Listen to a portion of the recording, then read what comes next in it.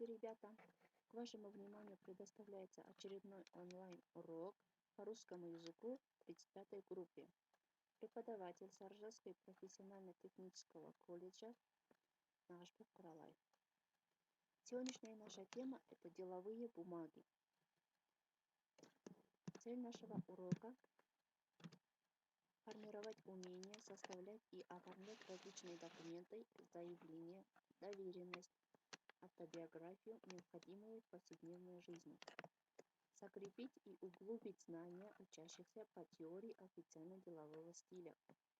Совершенствовать речевую и письменную грамотность учащихся.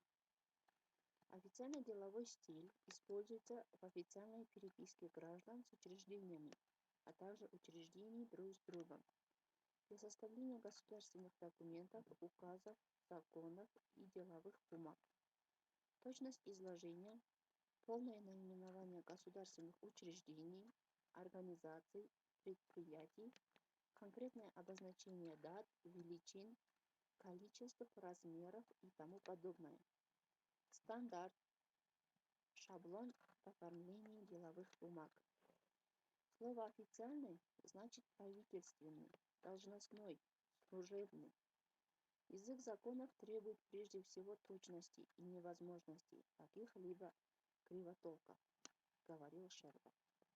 Поэтому в официальных документах неупотребительны слова с переносным значением, а также эмоционально окрашенная и разговорная лексика. Для официального стиля характерны как раз те специфические слова, устойчивые словосочетания и обороты, которые принято называть канцеляризмами. Например, по исполнению решения, во избежание несчастных случаев, к заявлению прилагаю предъявить справку. Место жительства, согласно распоряжению, констатировать, аннулировать, вносить предложение, отдавать предпочтение по истечении срока договора, окончании школы и тому подобное. Форма каждого вида документа тоже устойчивая, общепринятая и стандартная. Какие виды деловых бумаг мы знаем? Это доверенность, расписка, объявление, заявление, резюме, деловое письмо, автобиография, объяснительная расписка, протокол, справка и договор. Какие личные документы у нас должны быть? Это заявление, доверенность, автобиография, жалоба, резюме и служебная характеристика. Автобиография – это такой документ, который автор сам составляет самостоятельно. То есть он пишет от руки на листе бумаги форматом А4 или на специальном бланке. То есть описывает свою автобиографию, где проживает, с кем проживает, когда родился и так далее. Что такое характеристика? Характеристика, так же как и автобиография, относится к документам, которые дают общее представление о человеке. Она содержит отзыв, заключение коллектива, руководителя о чьей-либо трудовой, учебной и общественной деятельности, социально значимых личных качествах. В отличие от автобиографии, этот документ должен быть заверен подписью ответственного лица, печатью учреждения, предприятия и тому подобное. Что такое резюме? Резюме пишут, когда устраиваются на работу, в большинстве случаев. То есть пишут фамилия, имя, отчество, адрес, телефон, дата рождения пишут, гражданство пишут, семейное положение, если замужем, если женат, если имеет сына или дочь. Образование пишут, с какого года они учили, когда закончили университет, школу и тому подобное. Имеет ли высшее образование, все пишут. Опыт работы, с какого года работали или не работали. И также пишут дополнительные сведения, если владеют каким-то языком, чем-то если увлекаются, все подробно пишут. Какие документы мы знаем? Административно-организационные документы, распорядительные документы, также информационно-справочные документы. К ним относятся справка, докладная записка, объяснительная записка, служебная записка, акт и протокол. Что такое справка?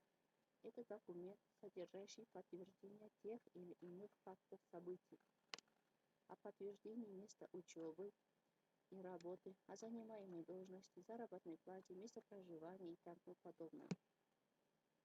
Вот, например, в каком-то году выдание Васильковой Марии Станиславовне в том, что она действительно работала техником-конструктором проектно-конструкторного отдела объединения. Она в месяц получает оклад 1600 рублей и тому подобное. Снизу пишет начальник отдела кадров, фамилия, имя, отчество. Что такое расписка? Это официальный документ, удостоверяющий получение чего-либо. Пишется в подтверждении получения ценных предметов. Например, реквизиты расписки бывают наименование документа, именование автора документа, то есть пишет фамилия, имя, отчество, все по паспортным данным, текст и подпись. Например, я Коробова Юлия Михайловна. Паспорт она написала, в каком году выдан, где выдан. Получила от старшего кассира Фоминой кассовый аппарат такой-то, такой-то до конца стажировки. И стажер пишет свою фамилию, имя, отчество.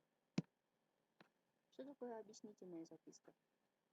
Это документ, поясняющий содержание отдельных положений основного документа или объясняющий причины какого-либо события, факта или поступка. Реквизиты. Жанр документа, заголовок к тексту, текст записки, подпись адресата и дата.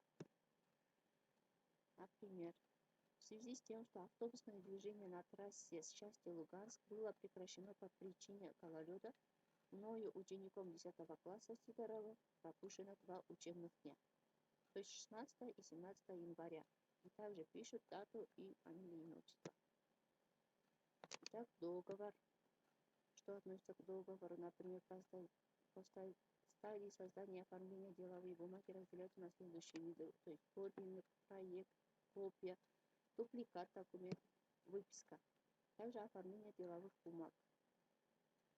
Оформление деловых документов требует соблюдения правил, обеспечивающих в первую очередь их юридическую силу.